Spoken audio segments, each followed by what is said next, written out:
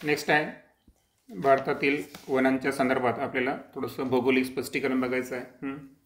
भारतात वनांचे खालील प्रकार आढळतात. भारतात सरासरी 2000 मिलीमीटरपेक्षा जास्त पर्जन्य, भरपूर सूर्यप्रकाश असलेल्या भागात सदाहरित वने आढळतात. आता सदाहरित 12ही महिने हिरवी असणारी जी वने आहेत हे त्या भागामध्ये असेल की ज्या भागामध्ये 2000 मिलीमीटरपेक्षा जास्त वार्षिक पर्जन्य असेल. त्यानंतर सूर्यप्रकाशसुद्धा इसेन्शियल आहे. As we know, you have already learned photosynthesis concept from your science teacher. आता या वनातील वृक्षांची पाने जर पाहिली आपण तर रुंद आणि हिरवीगार असतात, म्हणजे थोडीशी ब्रॉड टाईपची आणि नेहमी ती हिरव्या रंगाची असतात. या झाडांचे लाकूड कठीण, जड व टिकाऊ असते. आणि ही जी सदाहरित वने आहे तर या झाडांचं लाकूड जर पाहिलं आपण तर त्याचे काही फीचर्स आहेत. पहिलं म्हणजे ते थोडंसं हार्ड आहे, कठीण आहे. त्यानंतर वजनाला सुद्धा कसं आहे, थोडंसं हेवी म्हणजे जड आहे आणि थोडंसं लॉंग ड्युरेशनपर्यंत टिकल असं आहे ते, म्हणजे टिकाऊ आहे. उदाहरणार्थ महोगनी, शिसव, रबर इत्यादी. आणि म्हणून भारतातील सदाहरित वनांची नावं लक्षात ठेवायची. एक्झाम्पल्स महोगनी, शिसव आणि रबर. या वनात अनेक प्रकारच्या वेली आहेत. या वनात सर्वाधिक जैवविविधता आढळते. आणि हा जो आपण प्रदेश पाहिला सदाहरित वनांचा प्रदेश, याच्यामध्ये 2000 मिलीमीटरपेक्षा जास्त पाऊस, भरपूर सूर्यप्रकाश आहे. तर इथे वेलींचं प्रमाणसुद्धा जास्त आहे. आणि भारतामध्ये जी मॅक्झिमम बायोडायव्हर्सिटी आहे म्हणजे सर्वाधिक जैवविविधता, जसं जगामध्ये आपण ॲमेझॉन पाहिलं हे की नाही, तसं भारतामध्ये हे सदाहरित वनांचा प्रदेश आहे. भारतात 1000 ते 2000 मिलीमीटर पर्जन्याच्या प्रदेशात पानझडीची वने आढळतात. आणि मला वाटतं या अगोदर पाहिलं आपण की भारतामध्ये मॅक्झिमम प्रमाणात आहे ना जो प्रदेश येतो तो कोणता येतो, पानझडी वनांचा येतो. आणि पावसाचं प्रमाण जर पाहिलं आपण तर 1000 ते 2000 मिलीमीटर असं वार्षिक पर्जन्याचं स्वरूप असतं. कोरड्या ऋतूत बाष्पीभवनाने पाणी कमी होऊ नये म्हणून वनस्पतीचे पाने गळतात. म्हणजे वॉटर सेव्हिंग हे का नाही, ही ॲबिलिटी या पानांमध्ये असते. कारण आपल्याला माहीत आहे की वनस्पती जे आहे हे इव्हॅपोरेशन करत असतात है ना. रूट प्रेशर, त्यानंतर ट्रान्सपिरेशन पूल, अशा काही कन्सेप्ट आहे की जे एरियल पार्ट्स असतात लीफसारखे, तर ते काय करतात डे टाईममध्ये स्टोमॅटा ओपन झाल्यामुळे वॉटरचा काय करतात त्या ठिकाणी लॉस करत असतात. आणि दॅट्स वाय कोरड्या ऋतूमध्ये बाष्पीभवन जे आहे तर त्याद्वारे पाणी वनस्पतींना कमी पडू नये म्हणून ते स्वतः या ठिकाणी गळून पडतात, म्हणजे वनस्पतींची पाने गळतात. उदाहरणार्थ साग, बांबू, वड, पिंपळ इत्यादी वनस्पती या वनात आढळतात. आणि या वनामध्ये आढळणाऱ्या ज्या वनस्पती आहेत पानझडी वनामध्ये 4 एक्झाम्पल लक्षात ठेवायचे: साग, बांबू, वड आणि पिंपळ. भारतात ज्या भागात दीर्घकाळ कोरडा उन्हाळा व 500 मिलीमीटरपेक्षा कमी पर्जन्य होतो अशा प्रदेशात काटेरी व झुडपी वने आढळतात. आता काटेरी आणि झुडपी वने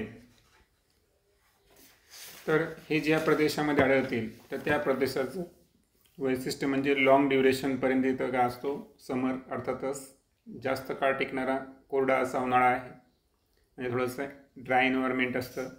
आणि पावसाचं प्रमाण जर पाहिलं आपण तर वार्षिक 500 मिलीमीटरपेक्षाही कमी पाऊस या प्रदेशात पडतो. त्याच प्रदेशामध्ये आपल्याला काटेरी आणि झुडपी वने दिसून येतील. वनस्पतींची पाने आकाराने लहान असतात. उदाहरणार्थ खैर, बाबूळ, खेजडी तसेच कोरफड, घायपात इत्यादी निवडुंगाचे प्रकार देखील आढळतात. आणि काटेरी आणि झुडपी वनांमध्ये जर पाहिलं आपण तर खैर, बाबूळ, खेजडी आणि निवडुंग असे काही वनस्पती आहेत. आता यामध्ये काही निवडुंगाचे तुम्हाला प्रकार दाखवले आहेत, जसं की कोरफड आणि घायपात.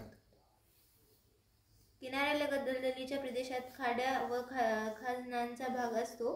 तेथे क्षारयुक्त मृदा व दमट हवामान असते. अशा ठिकाणी समुद्रकाठची वने आढळतात.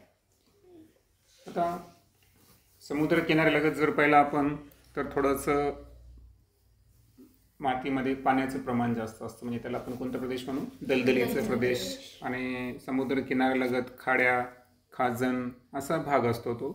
आता समुद्र किनाऱ्याजवळचा जो भाग आहे जिथपर्यंत पाणी वगैरे शिरत असतं त्याला आपण काय म्हणतो, खाड्या म्हणत असतो. म्हणजे खडकाळ भाग आहे परंतु समुद्राचं पाणी तिथं शिरलेलं आहे, हे की नाही. तर त्या प्रकारे ते भौगोलिक स्ट्रक्चर तयार होत असतात. आता इथे जी मृदा आहे समुद्राच्या संपर्कात असल्यामुळे त्याच्यामध्ये सॉल्टी थोडी, हे की नाही, म्हणजे क्षारांचं प्रमाण थोडंसं कसं आहे जास्त असतं. आणि हवामान जे आहे समुद्र काठ आला की तिथलं हवामान कसं असतं दमट असतं, कारण एअरमध्ये ह्युमिडिटी जी आहे ती जास्त प्रमाणामध्ये असते. आणि अशा ठिकाणी आढळणारी जी वने आहेत ती आहे समुद्रकाठची वने, आणि त्यांना आपण सुंदरीची वने किंवा खारफुटीची वने असे सुद्धा म्हणतो. आणि ही जी सुंदरीची वने किंवा खारफुटीची वने आहेत त्याचं वैशिष्ट्य आहे की याचं जे लाकूड आहे हे थोडंसं तेलकट म्हणजे ऑइली टाईपचं असतं.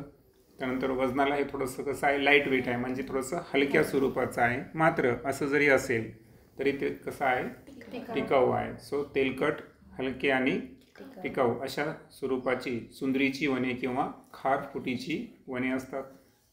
भारतीय हिमालयात उंचीनुसार वनांचे 3 प्रकार पडतात.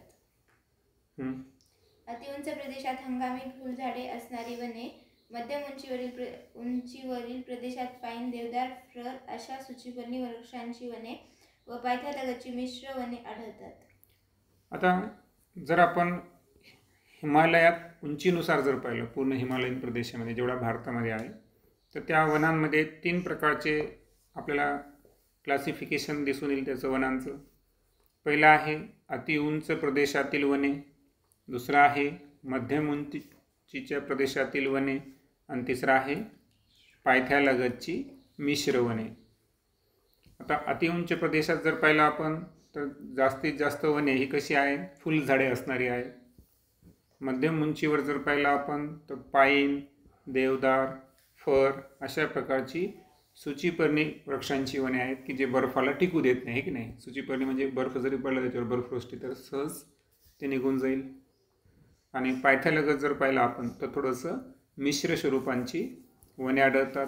आता ही मिश्र म्हणजे याचा अर्थ काय माहिती आहे का की काही वने तिथं सूचीपर्णी आहेत आणि काही पानझडी आहेत. सूचीपर्णी म्हणजे तुम्हाला सांगितलं मी आता थोडंसं बर्फ वगैरे टिकणार नाही अशा स्वरूपाची, आणि पानझडी म्हणजे जे की उन्हाळ्यामध्ये ज्यांची पाने गळतात.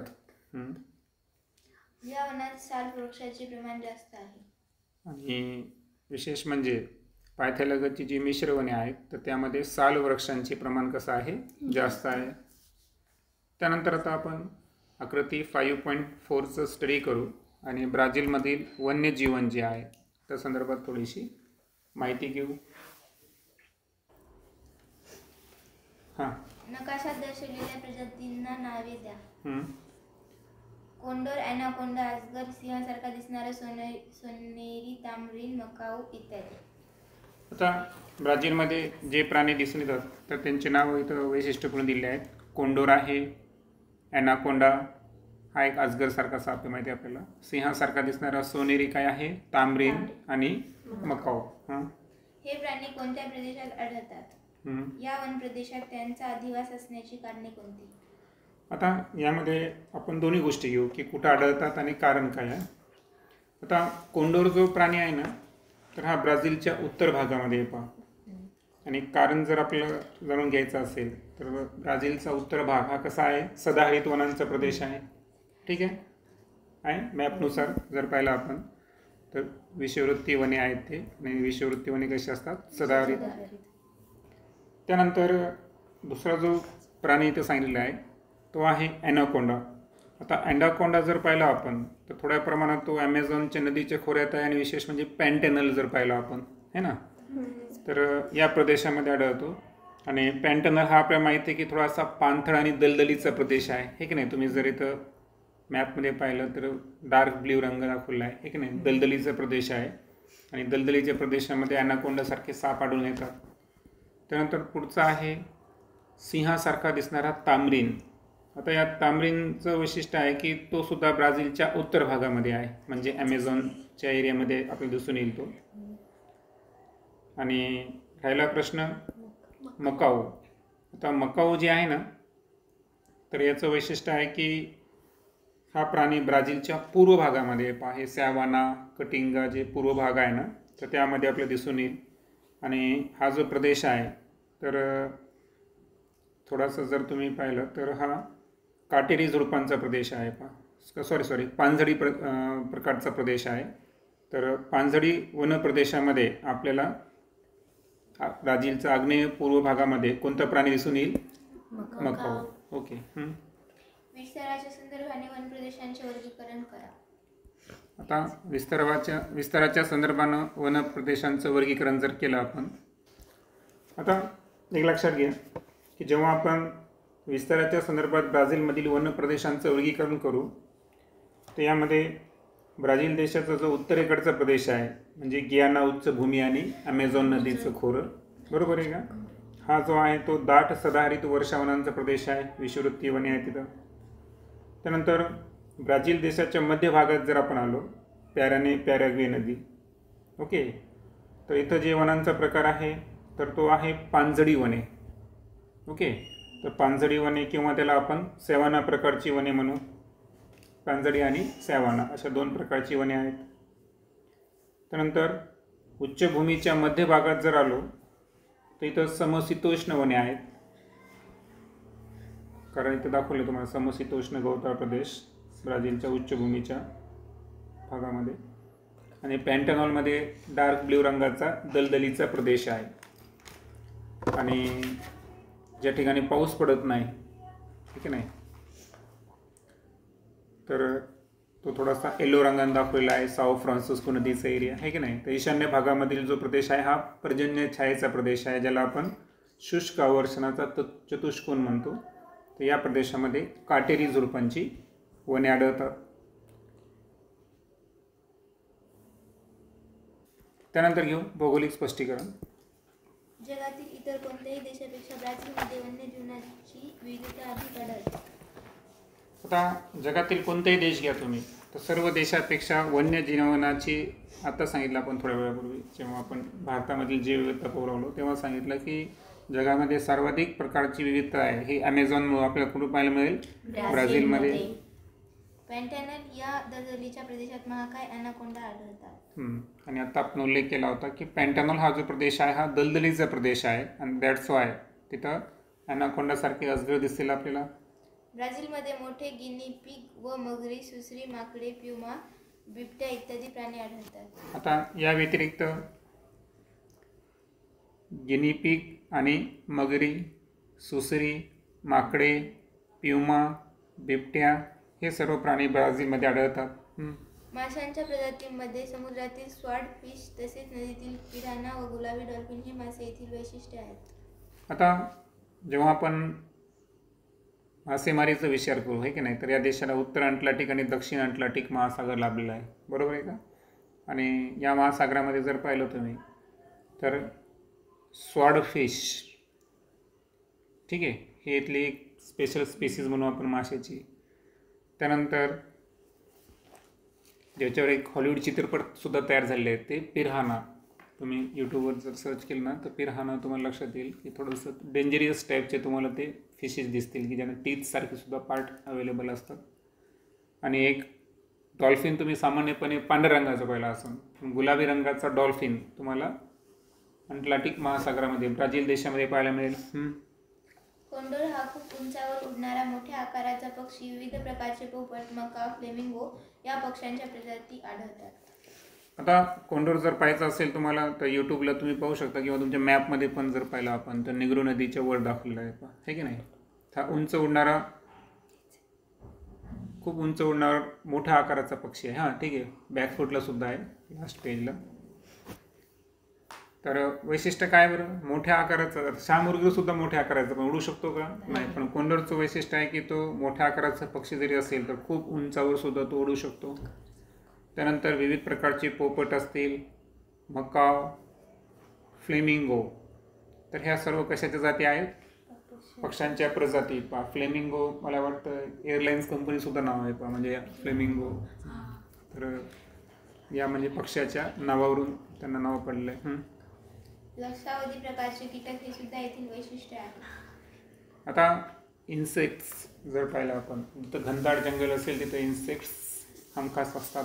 तर कीटकांचे लाखो प्रकार आपल्याला आहे ना, स्पेसीज हे ब्राझीलमध्ये पाहायला मिळतील. अशा विविधतेमुळे ब्राझीलमधील वन्यजीवन अतिशय समृद्ध आहे. आणि फूड चेन जी असते, बरोबर ना? तर फूड वेब, फूड चेन हे तुम्ही स्टडी केले, त्यामुळे डिकम्पोजर सुद्धा तितकेच महत्त्वाचे आहे की नाही? आणि या सर्व डायव्हर्सिटीमुळे, विविधतेमुळे ब्राझीलमधील जे वन्यजीवन आहे हे अतिशय कसं आहे? समृद्ध आहे. त्यामुळे तुम्ही एक वेळेस तिथं जायला हरकत नाही. वन्य प्राण्यांची बेकायदेशीर तस्करी, स्थलांतरित शेती, रोका, निर्वनीकरण, प्रदूषण इत्यादीमुळे होणारा पर्यावरणाचा ऱ्हास अशा समस्या ब्राझील समोर आहेत. त्यामुळे अनेक स्थानिक वन्य प्रजाती नामशेष होत आहेत. आता यामध्ये काही प्रश्न येऊ शकतात पहा. पहिला प्रश्न असू शकतो की ब्राझीलमधील स्थलांतरित शेतीला काय म्हणतात? काय म्हणतात? रोकाव. किंवा गिव रिझन येऊ शकतं तुम्हाला की ब्राझीलमधील ज्या स्थानिक वन्य प्रजाती ते नामशेष का होत आहे. त्याचे रिझन जर पाहिलं आपण तर वन्य प्राण्यांची बेकायदेशीर तस्करी, आणि कायदा असताना सुद्धा तिथं स्मगलिंग म्हणू आपण त्याला, आहे की नाही? तर तस्करी चालू असते. शेती जी आहे ती स्थलांतरित शेती आहे. स्थलांतरित शेतीमुळे काय होतं की वनांचा प्रदेश त्या ठिकाणी यूज केला जातो. निर्वनीकरण, अर्थातच वनांचं प्रमाण कमी कमी होत जाणं. आणि त्यानंतर प्रदूषण ही जागतिक समस्या आहे. याच्यामुळं सर्वमुळं पर्यावरणाचा काय व्हायला? ऱ्हास व्हायला. आणि दॅट्स वाय स्थानिक वन्य प्रजाती ज्या आहेत त्या नामशेष होण्याच्या मार्गावर आहे. माहीत आहे का तुम्हाला? सन 2016च्या सर्वेक्षणानुसार ब्राझीलमधील सुमारे 5,831 चौरस किलोमीटर भूभागाचे निर्वनीकरण एकाच वर्षात झाले होते. 2016ला जर पाहिलं आपण तर एक सर्वेक्षण झालं होतं आणि यामध्ये 5,831 चौरस किलोमीटर, इतकं घनदाट जंगल होतं 2016मध्ये. आणि तिथं पूर्णपणे निर्वनीकरण झालं एकाच वर्षामध्ये ते पण. त्यानंतर आपण डिस्कस करू भारतातील वन्यजीवन. खाली दिलेले प्राणी आकृती 5.5 मधील नकाशा आराखड्यात त्यांच्या अधिवासानुसार चिन्ह व गुणांनी दाखवा व पुढील प्रश्नांची उत्तरे द्या. ठीक आहे, आपण प्रश्नांचे उत्तर द्यायच्या अगोदर प्राण्यांची नावं वाचून घेऊ.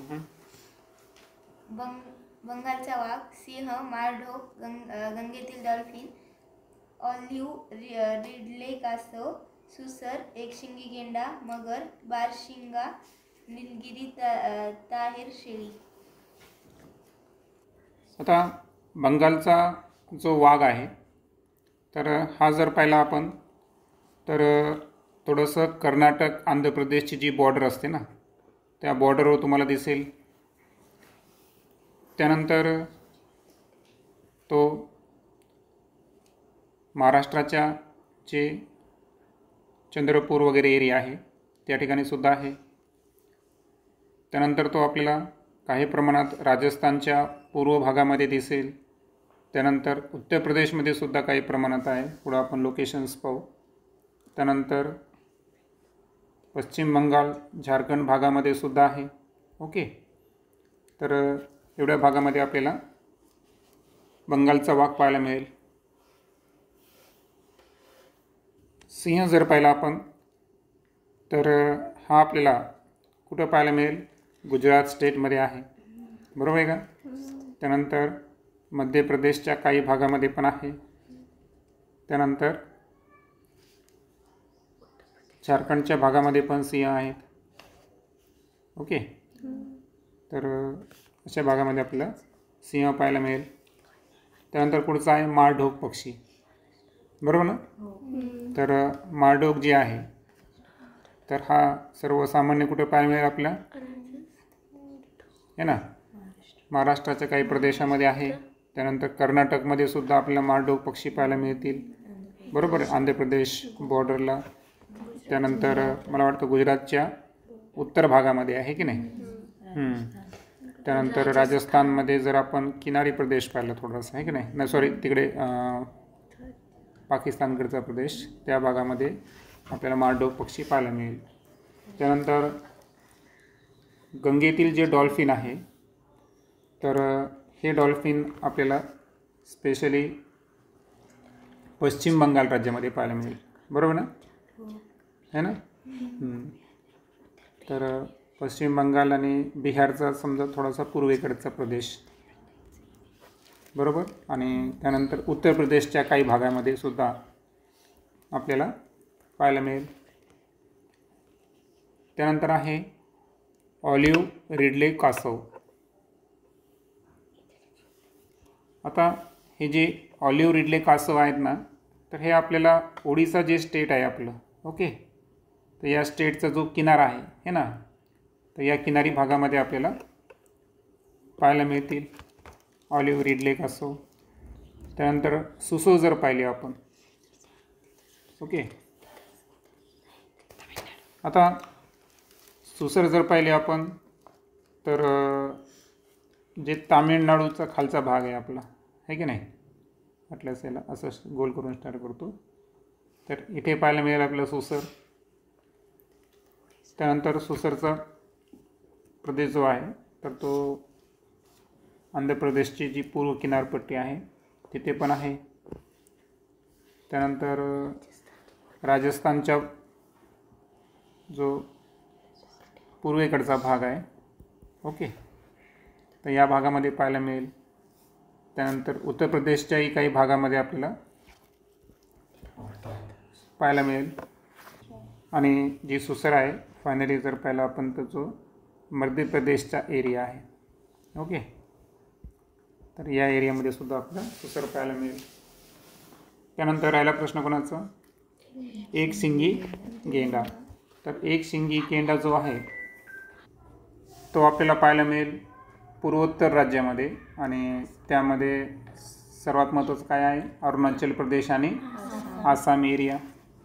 त्यानंतर हा जो प्रदेश आहे उत्तर प्रदेशचा हिमालयीकडील भाग आहे की नाही, तिथे पण आपल्याला एक शिंगी गेंडा पाहायला मिळेल. ठीक आहे, लोकेशन आपण पुढं समजून घेऊ. त्यानंतर आहे मगर. आता हां, तर जो लक्षद्वीपचा एरिया आहे ना अरबी समुद्रामधला, त्याला ट्रायंगल करतो वाटल्यास मी मगरला, तिथं आहे.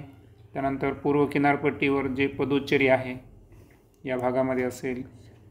त्यानंतर पूर्व किनारपट्टी पूर्ण आहे की नाही, जवळपास जे बंगालचा उपसागर जर पाहिला आपण तर जवळपास पूर्णच प्रदेशामध्ये आपल्याला मगर पाहायला मिळेल. त्यानंतर आहे बारशिंगा. हां, मगरीचा अजून एरिया आहे का, मगर जर पाहिला आपण तर गुजरातमध्ये सुद्धा पाहायला मिळेल आपल्याला. त्यानंतर महाराष्ट्राचा जो पश्चिम किनारपट्टी म्हणू आपण, हे की नाही, त्या भागामध्ये सुद्धा आहे. आणि जे अंदमान निकोबार बेट आहेत आपले, हे की ना, त्या बेटाकडे सुद्धा आपल्याला जे इंदिरा पॉईंट वगैरे आहेत त्या भागामध्ये सुद्धा आपल्याला मगर पाहायला मिळेल. त्यानंतर बारशिंगा जर पाहिला आपण तर हा आपल्याला तेलंगणा स्टेटमध्ये आहे, पहा थोडंसं महाराष्ट्राच्या पूर्वेकडे, हे की नाही. त्याला मी स्क्वेअर करतो वाटल्यास, हे की नाही, महाराष्ट्राचा पूर्व भाग, त्यानंतर तेलंगणा, त्यानंतर पूर्वोत्तर राज्यामध्ये जर पाहिला आपण तर मेघालय, आसामकडचा भाग थोडासा, त्यानंतर केरळ तामिळनाडू जे आहे ना खालच्या भागामध्ये सुद्धा आपल्याला पाहायला मिळेल. पंजाबमध्ये थोड्या प्रमाणात बारशिंगा पाहायला मिळेल आपल्याला. दिल्लीचा प्रदेश असेल, त्यानंतर छत्तीसगडच्या एरियामध्ये सुद्धा आहे पहा, हे छत्तीसगड ओडिसा प्रदेशामध्ये सुद्धा पाहायला मिळेल. त्यानंतर राहिला आता निलगिरी शेळी.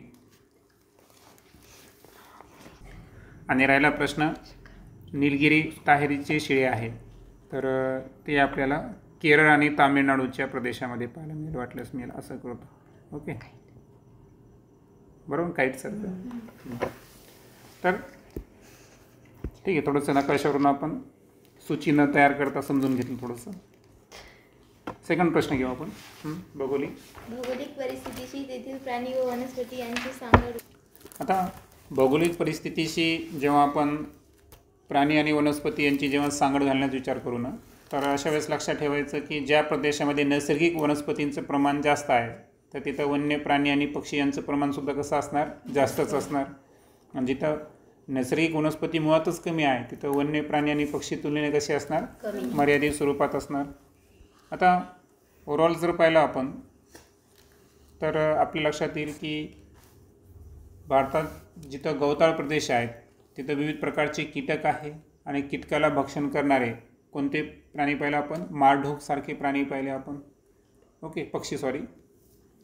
त्यानंतर भारताच्या दक्षिण भागामध्ये जर पाहिलं आपण तर उष्ण आणि आर्द्र वने आहेत, त्यामुळे तिथे हत्ती आढळतात.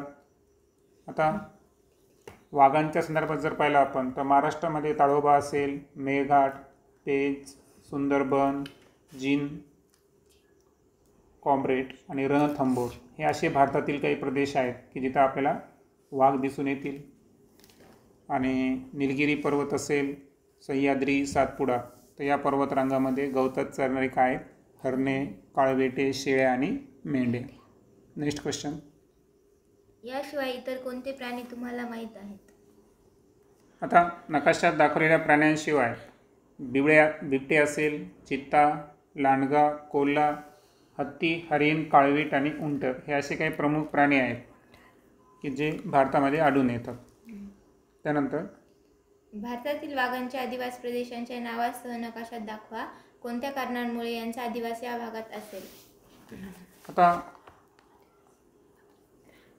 आपण समजून घेऊ कोणत्या कोणत्या भागामध्ये आपल्याला वाघांचा आदिवास दिसेल. तर आपण पाहिलं की चंद्रपूर जिल्ह्यामध्ये ताडोबा आहे, मेळघाट, पेंच असेल, जिम कॉम्रेट आणि रणथंबोर हे काही प्रदेश आहेत की जे गवताळ प्रदेश आहेत जिथं आपल्याला वाघांचा आदिवास दिसून येईल.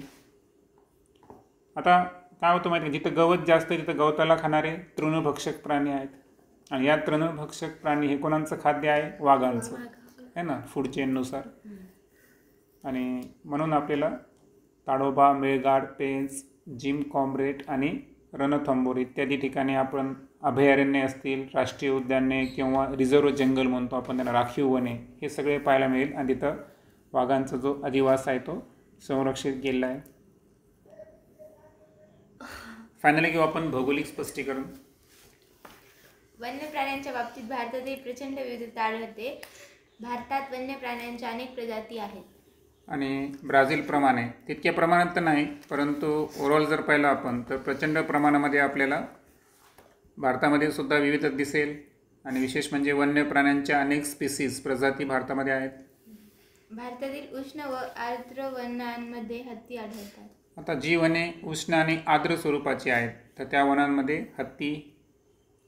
आसामच्या दलदलीच्या प्रदेशात एक शिंगी गेंडा आढळतो. आता एक शिंगी गेंडा त्याचं मेजर लोकेशन कुठं आहे, आसाममधला दलदलीचा प्रदेश.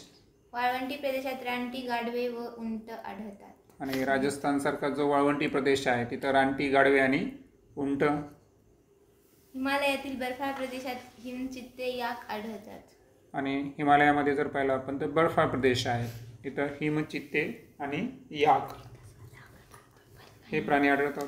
द्वीपकल्पीय प्रदेशात भारतीय गवा, अनेक प्रकारची हरणे, काळवीट, माकड इत्यादी प्राणी आढळतात. वाघ आणि सिंह हे दोन्ही प्राणी असणारा भारत हा जगातील एकमेव देश आहे. आणि तिसरा प्राकृतिक विभाग आपला द्वीपकल्पी आहे ना, तर या प्रदेशामध्ये जर आलो आपण तर गवा असेल, भारतीय गवा, अनेक प्रकारची हरणे, काळवीट, माकड हे प्राणी आढळतात. आणि भारत देशाचं एक वैशिष्ट्य म्हणजे जगातील हा एकमेव देश आहे जिथं वाघ आणि सिंह हे दोन्ही प्राणी आढळून येतात. नद्या, खाड्या व किनाऱ्यावरील प्रदेशात कासव, मगर, सुसर इत्यादी प्राणी आढळतात. आता कासव, मगर आणि सुसर हे फक्त किनाऱ्यावरील प्रदेशातच आहे का, नाही, तर देशांतर्गत ज्या नद्या आहेत, समुद्र किनाऱ्या बाजूच्या खाड्या असतील आणि किनाऱ्यावरील प्रदेश, तिथं आपल्याला कासव, मगर आणि सुसर पाहायला मिळेल. वन प्रदेशात मोर, खंड्या, तितर, कबुतरे, विविध रंगी पोपट, पाणथळ, जागी, बदके, बगळे व गवताळ प्रदेशात माळढोक सारखे पक्षी आढळतात. आता वन प्रदेशामधले जे पक्षी आहेत ते आहेत मोर, खंड्या, तितर आणि कबुतरे, वेगवेगळ्या रंगाची पोपटे. आता जिथं पाणथळ जागा आहे तिथले जे प्राणी आहेत ते आहेत बदक आणि बगळे. आणि जिथं गवताळ प्रदेश आहे तिथला मेजर पक्षी कोणता आहे, माळढोक. भारत हा वैशिष्ट्यपूर्ण वन्य प्राणी असलेला देश म्हणून ओळखला जातो. आणि याच रिझनमुळं भारत हा वैशिष्ट्यपूर्ण वन्य प्राणी असलेला देश म्हणून ओळखला जातो. प्रदूषण, तस्करी व निर्वनीकरण यामुळे वन्य प्राण्यांच्या अनेक प्रजाती भारतातून नष्ट झाल्या आहेत. जसं ब्राझीलचा प्रॉब्लेम आहे तसाच प्रॉब्लेम इंडियाचा पण आहे. प्रदूषण, वन्य जीवांची तस्करी आणि निर्वनीकरण यामुळे वन्य प्राण्यांच्या अनेक प्रजाती ऑलरेडी नष्ट झालेल्या आहेत. उदाहरणार्थ चित्ता. चित्ता त्याचं एक्झाम्पल. वन्य प्राण्यांचे संरक्षण व वनांचे संवर्धन व्हावे या दृष्टीने भारत सरकारने अनेक ठिकाणी राष्ट्रीय उद्याने, वन्य प्राण्यांची तसेच पक्ष्यांची अभयारण्ये व राखीव वने यांचे जतन केले आहे. आता वन्य प्राण्यांचं संरक्षण आणि संवर्धन करण्यासाठी भारत सरकारनं काय तयार केलं आहे? नॅशनल पार्क, ज्यांना आपण राष्ट्रीय उद्याने म्हणू. वन्य प्राण्यांची तसेच पक्ष्यांची काय तयार केले आहे? अभयारण्ये आणि रिझर्व्ह फॉरेस्ट, ज्यांना आपण राखीव वने म्हणू. ओके, हे जतन करून ठेवलेलं आहे. पहा जमते का नाही, जाऊ दे, ॲक्टिव्हिटी वाटतं. ठीक आहे, नेक्स्ट व्हिडिओमध्ये आपण नेक्स्ट चॅप्टर. आता याच्यात हे दाखवलं आहे, पहा देवदार, पाऊ, ब्रासील जे नाव दिलेले आहेत है ना, पाईन वृक्ष असेल, खेजडी. नेक्स्ट चॅप्टरमध्ये आपला लोकसंख्या.